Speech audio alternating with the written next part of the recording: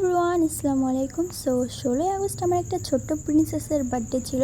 তো সেই জন্য এই যে আমি এই ড্রেসটা পরে রেডি হয়ে গেছি, ফুল রেডি হয়ে গেছি। তো এবার আমরা যাচ্ছি, আমরা তিনজন যাচ্ছিলাম, আমি, ভাই অ্যান্ড পাপা।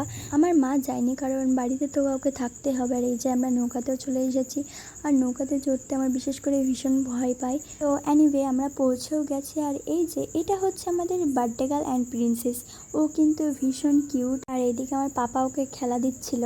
তো বাড়ির পিছনে একটা মাঠ ছিল, তো সেখানে আমি আর আমার ভাই এসেছিলাম। জায়গাটা কিন্তু অনেক সুন্দর, বেশ ঠান্ডা, ভালোই লাগছিল। তারপর বাড়িতে এসে দেখি যে সব কিছু নিয়ে আসা শেষ। আর এদিকে আমি বেলুন ফোলাচ্ছিলাম, আর ফ্যানের হাওয়া চলার কারণে সেগুলো উড়ে উড়ে বেড়াচ্ছিল। বেলুন অনেকগুলোই নিয়ে আসা হয়েছিল, তার মধ্যে আমি অল্প কটা ফুলিয়েছি, আর বাচ্চারা সব ফুলেছিল। আর এই যে এগুলো সব বেলুন আমি আর আমার একটা বড় আপা সারাচ্ছিলাম, তার মধ্যে বাচ্চারাও একটু হেল্প করছিল, আর আমার ভাইও ছিল। তারপরে কেকটা কাটার সময় দেখি যে কেকটা কে যেন নষ্ট করে ফেলেছে।